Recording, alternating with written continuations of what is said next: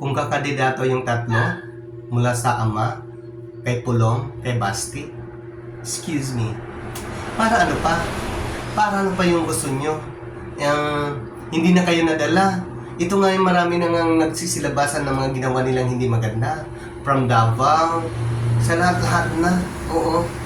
Ano pa yung kakailanganin yung tanungin ng taong bayan?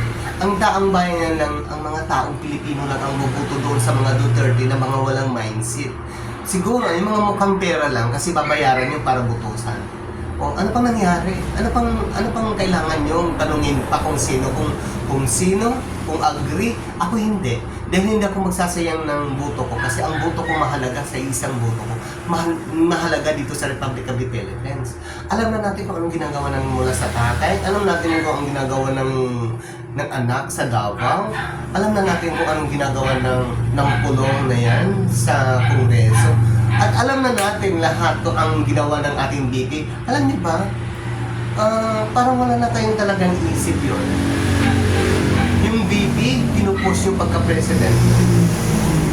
Hindi siguro kung maging presidente yun, kawawa kayo. Yung mga pumapabor kay BP Sara. Yung wala nga yung tinitik over pa nga lang siya as acting president ng Republika ng Pilipinas, ipupunta na sa rally. Yun, mag-ano na siya, doon makukumbinsi na pababain si Philippine President, PBBM. Tama ba ang ginagawa niya sa taong bayan? Di ba, ang taong bayan niluloko lang, ang mga sumusunod lang, ang nagpapaloko lang kay BP. Oo, yung mga wala kayong mindset, mga tanga-tanga kayo, bahala na kayo. Kung gusto nyo, sige pakinggan kasi the table is open kung kakandidato yung mga Dutertes from tatay to bunso, inasa kanila na yon. Kasi ang taong bayan niya hindi na pwede diktahan. Matatalino na, hindi katulad yung dati na pwede bulagan, patamar, pwede diktahan na ito isulat mo. Pero ngayon hindi na. Kasi ang mindset ngayon ng mga kabataan ay hindi na pwede diktahan. Sila na ang nagdidesisyon kung sino ang tama talaga na mamumuno dito sa ating bansang Pilipinas. Yun. Kaya, yun, sasabihin na, kung papayag, the table is open. Pero yung boto ko, sorry na lang. Hindi ako nasasayang ng boto.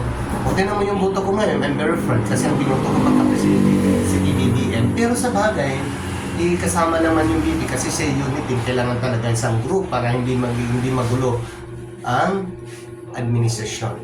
Pero yung pa naman, nagmamadali. Ang tatay nagmamadali yung anak niyang babae na ilagay sa taas. Diyos ko, ilagay na sa baba sa inidoro na lang, pwede pa. Yun lang po.